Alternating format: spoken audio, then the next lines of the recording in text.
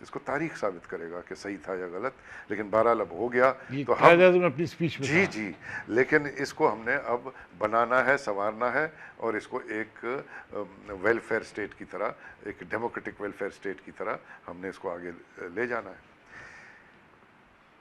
جناح صاحب جب جس وقت تھے تو وہی کانسٹیٹیوئنٹ اسمبلی جب بیٹھی تو جناح صاحب نے پریزائڈ کرایا جوگندر ناتھ منڈل سے، جو کہ ایک ہندو تھا، یہی پرسیپشن دینے کے لیے کہ اب یہ مسئلہ ختم ہے، سیکولر اسٹیٹ۔ سیکولر اسٹیٹ، ٹھیک۔ لیکن جناح صاحب بیمار ہو گئے، جناح صاحب زیارت چلے گئے۔ کچھ لوگ کہتے ہیں، کچھ ہسٹورینز کہتے ہیں کہ اس کو آئسولیٹ کیا گیا سیاست سے خود، اور لوگوں نے جو بھاگ دوڑ سنبھالی۔ اب مشکل بات یہ کہ کانسٹیٹیوئنٹ اسمبلی جو ہماری بنی، جس نے بھاگ دوڑ سنبھالنی تھی پاکستان کی، وہ تو کانسٹیٹیوشن دے نہیں سکے 7 سال تک اس ملک کو، اس لیے کہ تیاری نہیں تھا، سمجھ ذہن میں نہیں تھا کس قسم کا پاکستان ہوگا۔ اور جب ڈرافٹ ریزولوشن بنی، جب وہ 48 کے اندر پرنسپلز کمیٹی بنی، اس پہ بھی اگری نہیں کر رہے تھے، نہیں کر رہے تھے نا جی۔ آخر میں یہ جو آبجیکٹیو ریزولوشن آ کے اس پہ ایگریمنٹ ہوئی نا، جو ایک حصہ بنی ہمارے کانسٹیٹیوشن کا، جو غلط ہے، نہیں ہے وہ جناح صاحب کے وشز کے مطابق، یہ نہیں ہے۔ اگر وہ ہوتے شاید یہ آبجیکٹیو ریزولوشن کی ضرورت ہی نہیں پڑتی۔ تو اس قسم سے ہم نے یہ ملک حاصل کیا۔ اب اس ملک کے اندر ظاہر ہے کہ جو قومیتیں رہتی ہیں، جو قومیتیں بستی تھیں، جو انگریز آنے سے پہلے آزاد ملک تھے، میران ٹالپور کی حکومت تھی سندھ میں، خوانین کلات کی حکومت تھی بلوچستان میں، راجہ رنجیت سنگھ کی حکومت تھی پنجاب میں انگریز آنے سے پہلے۔ اب ہم نے ان نیشنلٹیز کو اور ان اوریجنل جو انڈیجینیس لوگ ہیں ان کے بھی کلچر کو، ٹریڈیشن کو، اس کو سب کو بالائے طاق رکھے ہم نے نہ اس کے زبان، نہ اس کے کلچر، نہ اس کے ٹریڈیشن میں یہاں کے لوکل لوگوں کا کوئی حصہ ہم نے رکھا۔ اب ظاہر ہے ایک ریاست آپ بناتے ہیں، اور اس کے جو ریاست بنانے والے لوگ ہیں، جنہوں نے قربانی دے کے اپنی سرزمین کو اس ریاست کے لیے قربان کیا، اور اپنی ساورنٹی مشترک کر کے کہ یہ ریاست جو ہے ہمارا دفاع کرے گا، وہ نہیں ہوا، مایوسی آئی۔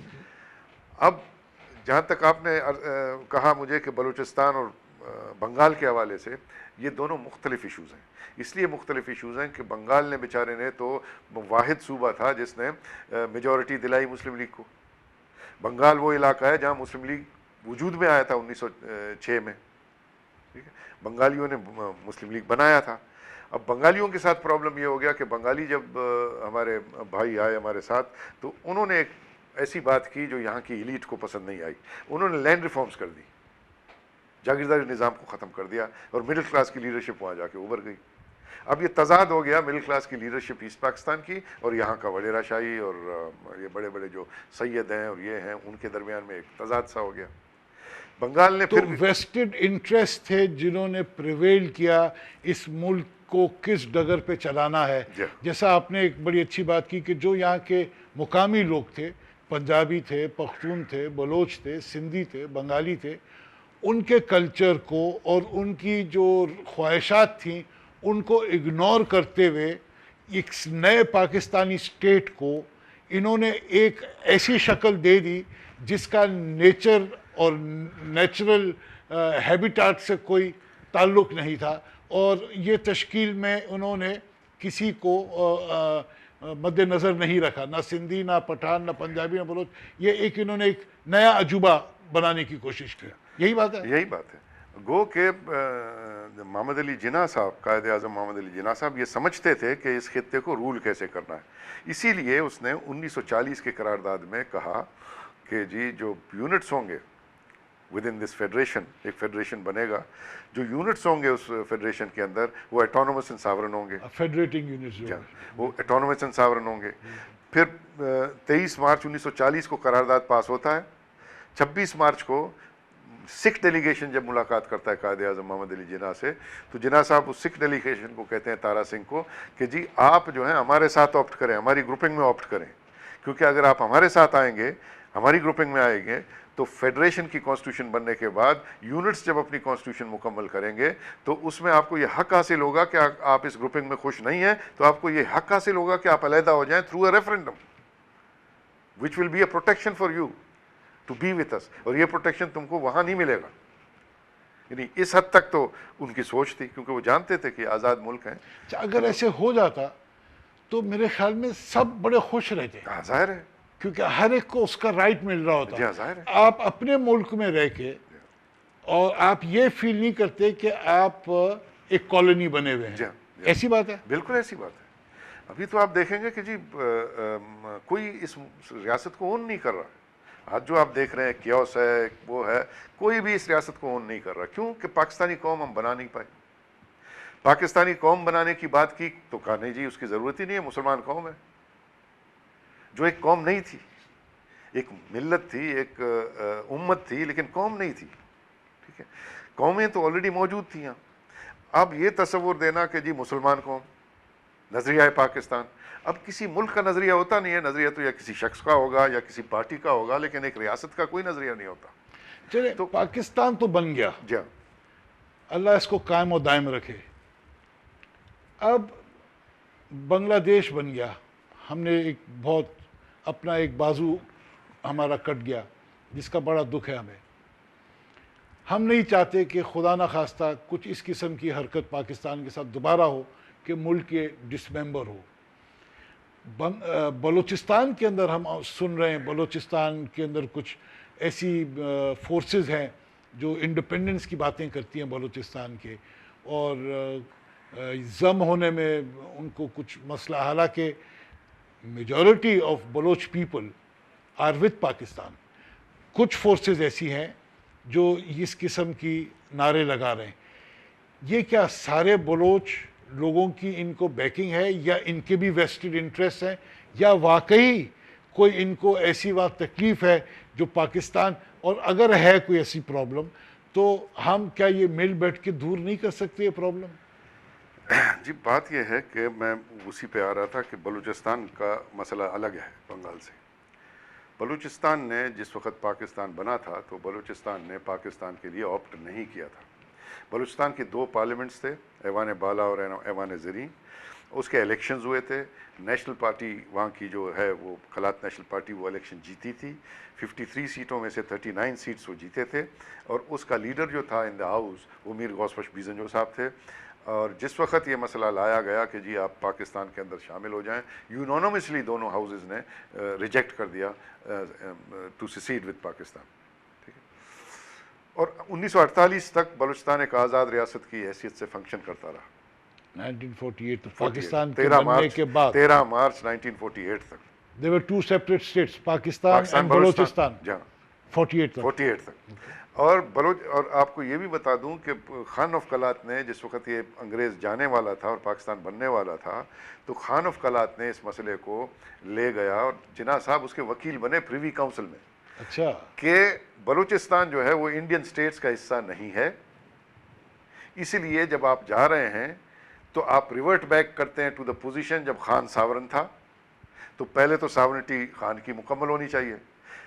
تو 11 اگست 1947 کو اسٹینڈ اسٹل ایگریمنٹ کے تحت بلوچستان کی آزادی کا اعلان ہوا، اور 11 اگست 1947 سے لے کے مارچ 13 یا 20 مارچ تک 48 تک بلوچستان ایک آزاد ریاست. لیکن یہ بھی کہا جاتا ہے کہ قائد اعظم اور خان قلات کا ایک معاہدہ تھا کہ یہ ہمارے کو ریورٹ، ہماری انڈیپینڈنس ہوگی اور پھر ہم سسیڈ کریں گے ٹو پاکستان. نہیں، ایسی بات نہیں تھی. ایسی بات نہیں تھی، کیونکہ جب اسمبلی میں گیا مسئلہ تو اسمبلی نے ریجیکٹ کر دیا. ہم نہیں، بلوچستان اسمبلی نے، ٹھیک ہے، اس نے ریجیکٹ کر دیا. خان بھی اس پر کین نہیں تھا کہ میں کوئی اس میں جاؤں. ٹھیک ہے، لیکن ڈونٹ یو تھنک سے خان نے سیاست کھیلی ادھر؟ کیونکہ پہلے تو انڈین آکوپیشن کے اندر تھے، اور اگر وہ پاکستان کے ساتھ نہیں، وہ انڈیپینڈنس، اگر قائد اعظم جیسے آپ کہہ رہے ہیں کہ انہوں نے ان کا کیس لڑا، تو وہ آپ انڈیپینڈنس تو ان کو دوبارہ نہیں ملتی، وہ انڈیا کے ساتھ ہی لگے رہتے.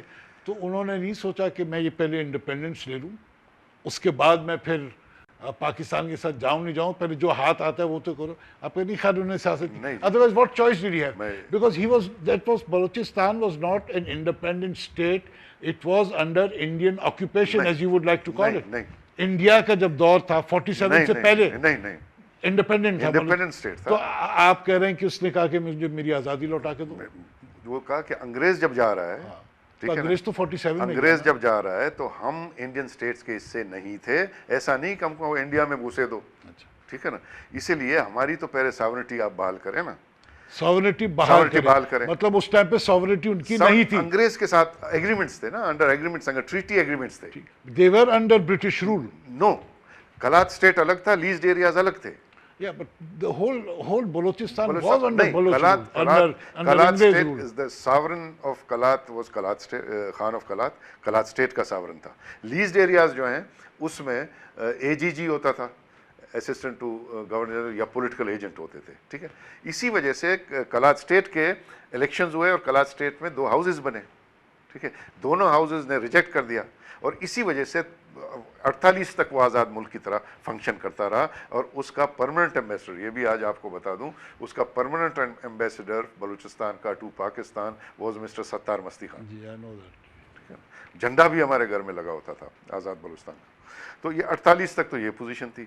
48 کے بعد پھر جو سلسلے شروع ہوئے، یہاں سے ڈکلیئر کیا گیا کہ جی نواب مکران ایک بنا دیا گیا نواب بھائی خان کو، اس نے ڈکلیئر کر دیا ہلاک، خاران کا ایک نواب بنا دیا گیا، اس نے ڈکلیئر کر دیا ہلاک، جام لسبیلے نے وہ کر دیا، یہاں سے فوج بھیجی گئی۔ پھر یہ پریشر جب خان پہ آیا تو خان نے دوبارہ ایک ایگریمنٹ کی جناح صاحب سے، ٹھیک ہے؟ اور وہ ایگریمنٹ بھی بڑے واضح ایگریمنٹ ہے۔ وہ ایگریمنٹ یہ ہے کہ جی 3 سبجیکٹس کے علاوہ 3 سبجیکٹ مرکز کے پاس ہوں گے، باقی سارے سبجیکٹس ریسیڈوری پاورز وہ کلات کے پاس ہوں گے، کلات کو اپنا جھنڈا رکھنے کا حق ہوگا، کلات کی ساورنٹی کو ہم نہیں چھیڑیں گے۔ اور جس وقت پاکستان کا آئین بنے گا اور یہ ایگریمنٹ پاکستان کے آئین کے خلاف ہوگا تو خان آف کلات کو یہ حق حاصل ہوگا کہ وہ اپنی آزادی کا اعلان کرے۔ ایگریمنٹ موجود ہے جس میں دستخط ہیں، کانفیڈریشن چاہ رہے تھے، جس میں دستخط ہیں، ٹھیک ہے؟ اب خان سے جو غلطی ہوئی وہ یہ ہوئی کہ چونکہ یونائٹڈ جو یونانیمس ڈیسیجن دونوں ہاؤسز کا آیا تھا، خان کو چاہیے تھا کہ یہ ایگریمنٹ سائن کرنے سے پہلے دوبارہ ریورٹ کرتا اپنی اسمبلیوں کو، اس سے اپروول لیتا، اگر وہ اپروول نہ دیتے تو نہ کرتا، لیکن اس نے ان سے اپروول دیے بغیر اعلان کر دیا ہلاک کا۔ کیونکہ مونارکی تھی نا، بادشاہ تھی نا، ہلاک کا، جمہوریت تو نہیں تھی۔ ہاں، اب جب ہلاک کا اعلان کر دیا تو سب سے پہلے خان کے اپنے بھائی نے بغاوت کی 1948 میں، ٹھیک ہے؟ جب خان نے اناؤنس کیا تو خان آف کلات کے بھائی نے بغاوت کر دیا، آغا عبد الکریم خان نے۔ آغا عبد الکریم خان قندھار گیا، افغانستان گیا، لڑتا رہا، اس کے بعد اس کو بلایا، 4-5 مہینے کے بعد اس کو بلایا، ہربوئی کی پہاڑوں میں اس کو بٹھایا، پھر اس کو کہا کہ نیگوشیٹ ایک سیٹلمنٹ کریں گے، اور جب وہ نیچے آیا اس کو اریسٹ کر کے جیل بھیج دیا، اور 10 سال تک وہ جیل میں رہا۔ پھر بھی بلوچستان کے لوگوں نے پاکستان کے اندر رہ کر اپنی سیاست کو ترجیح دی۔ وہی فورسز تھرو آؤٹ پاکستان، صرف بلوچستان کی بات میں نہیں کروں گا، تھرو آؤٹ پاکستان وہ فورسز جو اس وقت کہہ رہے تھے کہ جی ہم پاکستان کے ساتھ نہیں جائیں گے، انہوں نے مل کر کے سب نے کہ پاکستان اب بن چکا ہے تو ہمیں سب نے اپنی اپنی پارٹیاں ضم کر کے ایک ملکگیر تحریک کی طرف جانا ہے، تو انہوں نے سب نے مل کر کے غفار خان، جی ایم سید، میر غوث بخش بیزنجو، میاں افتخار الدین پنجاب سے، انہوں نے مل کر کے پہلے پاکستان پیپلز پارٹی بنائی، اس کے بعد اس کا نام پاکستان نیشنل پارٹی ہو گیا، پھر اس کا نام جب باشانی نے جوائن کیا تو نیشنل عوامی پارٹی ہو گیا، اور اس میں سارا پروگریسو ایلیمنٹ اور یہ سارا تھے۔ جب یہ پارٹی بن گئی، اس پارٹی کے بننے کے بعد جس وقت غفار خان نے کہا کہ میں پنجاب کا دورہ کر رہا ہوں، تو پنجاب کے جب اس کا ٹرین پہنچا لاہور، اس کو ٹرین سے اترنے نہیں دیا، کیونکہ 1 لاکھ سے زیادہ لوگ ریسیو کرنے آئے تھے۔ اب یہ سلسلہ ہو گیا تو جو 58 کا مارشل لا جو لگا بیسیکلی انہی فورسز کو حکومت سے روکنے کے لیے لگا کہ لیفٹ اسٹرانگ ہے، فلانا ہے، اور یہ نیشنلسٹ اور پروگریسو سیکولر قوتیں جو ہیں کہیں اقتدار میں نہ آ جائیں، اور ان کو پیٹنا شروع کر دیا۔ اگر اقتدار میں آ جاتے تو کیا کر لیتے؟ آج کا پاکستان یہ نہیں ہوتا۔ آج کے پاکستان میں آپ کو ہر جگہ دوستی ملتی، ہندوستان کے ساتھ دوستی ملتی، آپ کو افغانستان کے ساتھ دوستی ملتی، آپ کو ایران کے ساتھ دوستی ملتی، آپ امریکی سامراج کے چنگل میں پھنسے بھی نہ ہوتے۔ یہ تو کل تھا، جی آج آپ کیا دیکھ رہے ہیں کہ آج بلوچستان کے کیا مسئلے اور ان کا کیا حل ہے؟ دیکھیں جی، بلوچستان اب اتنا خون بہہ چکا ہے، اتنا خون بہہ کون چکا سا ہے، خون بہا ہے؟ اتنا خون بہہ چکا ہے بلوچستان میں۔ کوئی سول وار تو ہوئی نہیں ہے وہاں.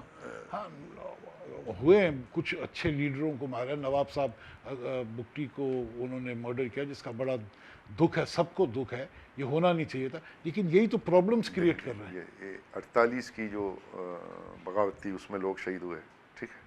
اس کے بعد انہوں نے سوچا نہیں ہم پاکستان کے ساتھ مل کے سیاست کریں گے, تو پارٹی بنی تو ان کو مارتے رہے. پھر 58 میں جب مارشل لا لگا, خان نے کہا کہ جی اب آپ نے 1 یونٹ بھی لگا دیا تھا, پھر ابھی مارشل لا بھی لگا دیا ہے, میری وہ ایگریمنٹ کا وائلیشن ہوا ہے, مجھے وہ ایگریمنٹ کے تحت مجھے جو ہے ساورنٹی میری چاہیے. پھر ایک فوجی ایکشن ہوا جہاں میر زرکزئی وہ مارا گیا, پکڑا گیا, اس کے بیٹوں کو پھانسی دی گئی جیل میں. وہ بڈھا آدمی 90 سال کا نوروز خان, وہ جیل میں فوت ہوا, ٹھیک ہے نا. تو ایک سلسلہ تو نہیں ہوا ہے نا بلوچستان میں, بہت سے قتل و غارت کا سلسلہ شروع تھا اور کنٹینیوس ہے. اب 73 آتا ہے, 73 کا کانسٹیٹیوشن آتا ہے. 73 کے کانسٹیٹیوشن کے بنانے میں جتنا بلوچستان کی لیڈرشپ نے ایکسیپٹ کیا اس کو, اس وقت جب کہ پاکستان ٹوٹ چکا تھا, 90,000 قیدی تھے, اس کے باوجود انہوں نے پریفر کیا کہ 1973 کے آئین کو دستخط کریں اور with in the frame of Pakistan ہم کام کریں. اس وقت اگر یہ چاہتے تو بالکل کوئٹہ کنٹونمنٹ کو کیپچر کرنے میں کوئی وہ نہیں تھا. یہ کالا دھبا کیوں بلوچوں پہ لگایا جاتا ہے کہ یہ غدار ہیں؟ اگر 73 کی آئین میں انہوں نے قیام کیا, ایکسیپٹ کیا پاکستان کو, پاکستان کے فریم ورک کو ایکسیپٹ کیا, تو پھر کیوں یہ کہا جاتا ہے, یہ پرسیپشن اس لیے کہا جاتا ہے, یہ پرسیپشن اس لیے کہ بلوچ جو ہے اپنے موومنٹ میں اپنے رائٹس کے لیے بہت زیادہ ووکل ہے, وہ اپنے رائٹس کے لیے لڑنا. لیکن رائٹس میں آنے کا مطلب یہ تو نہیں کہ وہ پاکستان سے ہٹنا چاہ رہے ہیں یا ملک توڑنا چاہ رہے ہیں. نہیں جی, بات یہ ہے کہ ریاست انہوں نے بنایا کہ ان کے حقوق کا پروٹیکشن کرے. 60 سال میں اس ریاست نے ان کے حقوق کا پروٹیکشن نہیں کیا. وہاں آپ دیکھیں گے, ورلڈ بینک کی رپورٹ دیکھیں گے تو جو غربت جو ہے اپنے لوسٹ لیول پر ہے, وہاں سارا اس کو ایکسپلائٹ کرتے رہے, لیکن ادھر کچھ دیا نہیں. جب نہیں دیا تو ایک ریاست ہے, ریاست اگر بنایا ہے انہوں نے, تو پھر اگر ریاست ان کو پروٹیکٹ نہیں کرتا ہے تو they have international right to secede. وہ ڈسگرنٹلڈ ہیں کہ جو ان کے حقوق ہیں, جو ڈیولپمنٹ ہے, جو ان کے حق ہیں, وہ ان کو نہیں مل رہا. یہی بات ہے. ایک ناظرین بریک لیتے ہیں اور یوسف بستی خان صاحب سے دوبارہ اسی موضوع پہ آگے بات بڑھائیں گے. We'll be back shortly.